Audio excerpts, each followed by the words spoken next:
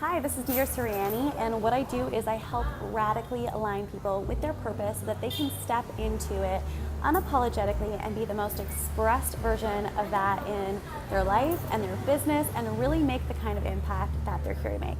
So if you are an entrepreneur or if you're not and you're looking to master your mindset and really create a life that is expansive and exciting and fulfilling for you, you're in the right place, because in this video I'm going to be sharing the top 10 things that people who have mastered their mindset and are really creating a life that they love are doing that you may not know of. So let's get into it. All right, so the first thing that people are doing who have mastered their mindset and are creating a life and business that they love is they're always looking for opportunities. They're always in a place of expansion and creation, and they're looking for possibilities, and they're not living in a place of lack. So they're always thinking of what is adding value, what they're bringing into their life that's working, rather than what's not working and what's missing. And that is the first thing of the 10 top things that people who are mastering their mindset and creating a life and business they love that are doing regularly, that they've infused into their life and it's part of their mindset. They're always looking for opportunity, they're always looking for what's going right, and they're not living in a place of lack.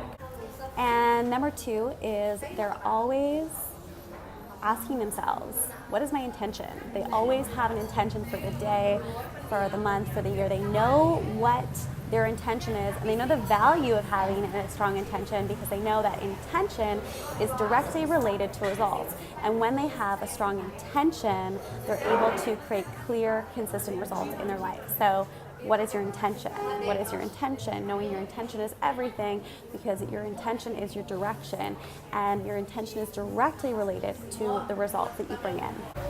And the third thing that they're really good at is they're good at seeing things for how they really are, rather than creating stories and scenarios of what could be going on. So if you're someone that's watching this right now and you don't always look at the facts of what is versus what you think something is, that's something that you'll want to shift. So people who have mastered their mindset and are creating a life and business that they love, they base a lot of what they do based on facts. Of course, intuition goes with that as well, but they're not reacting in a place of stories and old programming that is pulling their emotions and their thoughts in one direction, because they know that they are responsible for how they feel and how they're showing up.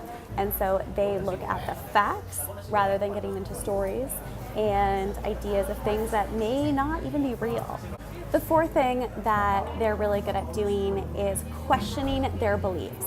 Questioning their beliefs. They know that they're not always right, and they know that the stories and programming that they may have from the past may be coming up sometimes in the present. So they question their beliefs. If they have a strong thought that comes up that isn't serving them, they begin to question their beliefs. And so when you're out of alignment, when you feel like you're in a story and you're feeling a way that you don't want to feel, and you have thoughts that are circulating over and over and over again that you know aren't serving you, are you questioning your beliefs, or are you on default mode where you're just bringing that in and allowing that to take up emotional and mental space in your physical life? Or are you taking control and questioning your beliefs? Number 5 is they have tools and processes that they've learned to get them into a better state when they feel like they're out of alignment. So going back to the step before this, number 4 is questioning your beliefs. So that could be a tool that they use in order to get them out of a space of having negative thoughts that are circulating. And there's a ton of other tools and processes that they can use to get into a state that is high vibration, that is in a space where they feel in alignment and excited and back on track with how they want to feel, rather than being in default mode. So this is something that they do. They use tools and processes to change their state. Maybe it's their mental state, their physical state, their emotional state, but they're always using processes and tools to bring them back to how they want to feel, rather than getting stuck in a vibration, a state that just isn't serving them. Number 6 is they give themselves permission to feel their feelings. They understand the value of feeling your feelings in order to move through them and process them. So I don't know about you, but for me in the past, whenever I've held on to an emotion or haven't fully felt it, it's it's been in my body, it's been in my energy, and it's really held me back from feeling the way that I want to feel later on. So can you give yourself permission to feel feelings that are real, that are strong, that maybe you've been holding on to? So people who have mastered their mindset and are living a life that is vibrant and in alignment with how they want to feel, they know how important it is to feel your feelings. So if you're putting feelings down and you're telling yourself it's not safe to express them, it's not safe to feel them, feel your feelings, allow them to move through you so that they're not trapped in you. Because when they come up later, they can come up in ways that aren't always the best. They don't always serve us and the people around us in the best ways. So how can you feel your feelings a little bit more and give yourself permission? And that is a game changer for everyone that I work with, including myself. Holding on to feelings that are negative or positive or anything and not being able to express them or move through them can cause a lot of pain in our physical body as well as our emotional body. So give yourself permission, feel your feelings, and of course having a safe space to do this is also important. The seventh thing is they're curious and they're always learning. So they know that they don't know everything. And the one thing that I've noticed in my life is the more that I learn, the more that I know, the less that I know that I know. Does that make sense? Hopefully you're following me. But they know that they're always learning, they're always growing, and then they know that they're a student of life and that they're never going to know everything. So they're always curious. They're curious about people's behavior, curious about people's thoughts. They're curious about how people see things and different people's perspectives because they know that they're not always right. And in order to be happy and growing and learning, they need to be curious about other people's perspectives and why people act and do things the way they do. And that is why they're always growing. So can you be more curious? Can you ask more questions? Can you be more of a student rather than pretending or acting like you know everything? Because the truth is, no one knows everything. We're always learning. So how can you open yourself up to be more of a student and get more curious? Number 8, this is one of my favorites, it really is. They take responsibility for how they're showing up. They take responsibility for how they're showing up when they're showing up in a way that they don't want to show up, and also when they're showing up in the high vibes. They're like, this is my body, my emotions, my energy, my actions, everything I do, I'm responsible for. And that's huge because when you take responsibility of how you're showing up, your emotions, your actions, your thoughts, your behavior, everything that you do, you are in control of your life. So number 8 is one of my favorites because when you take responsibility for your life and how you feel and how you show up, you really create so much freedom in your life to grow and be and create anything that you want rather than being a victim of what's going on around you, which doesn't feel good to anyone at any time. So if you're in a place where you feel like maybe you're blaming others and putting things out there and you're like, oh, this happened to me, how can you take more responsibility for how you showed up and how you felt and the thoughts that went on in your head and what you took on, because we all can take massive responsibility for how we show up in every moment, and that is true alignment and power and freedom. That's one of my favorite steps. That's one of my favorite pieces of this is showing up in a way where you're taking massive responsibility for your life.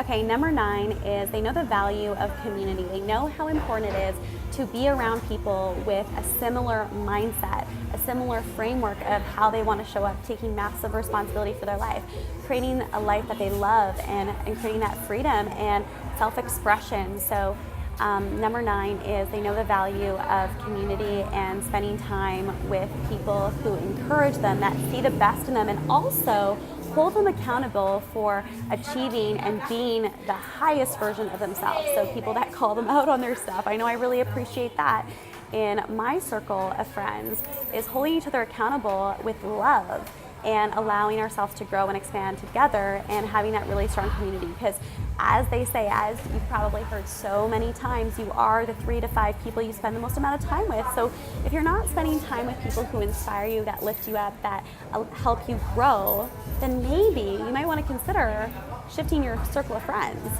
So number 9 is they know the value of community. They know the value of the kind of people that they spend time with. So my question for you is, do you need to shift a little bit here? Do you need to find a community that supports you and uplifts you?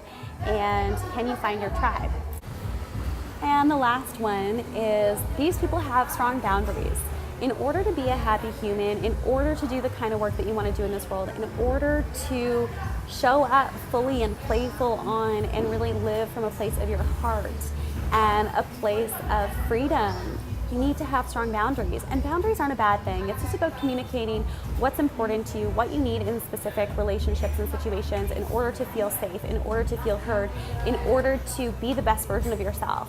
So these people have strong boundaries. So those are the top 10 things that people who have a strong mindset, that are working on mastering their mindset and are creating a life that they love, that is expansive, where they have freedom and they feel like they're creating a life by design that they're doing that you may not be doing, but that's okay, because now you know those 10 things that they're doing that you can take on as well. And there's a lot of other things, but those are my favorite 10 things that I find the most empowering, where you can start adding those things into your life right now and creating change now, in the moment, to be happier, to have more freedom, to have more self-expression, to have more fun, to make a bigger impact. So I hope that these videos have served you, and if they have, please feel free to share them. If you haven't already, subscribe to my YouTube channel, where I'll be posting videos like this every week on how you can live a more fulfilled life, how you can make more of an impact in your life and business, and how you can be happier, healthier, and bring more joy and love into your world and others. Have a beautiful week. Sending you so much love from Bali.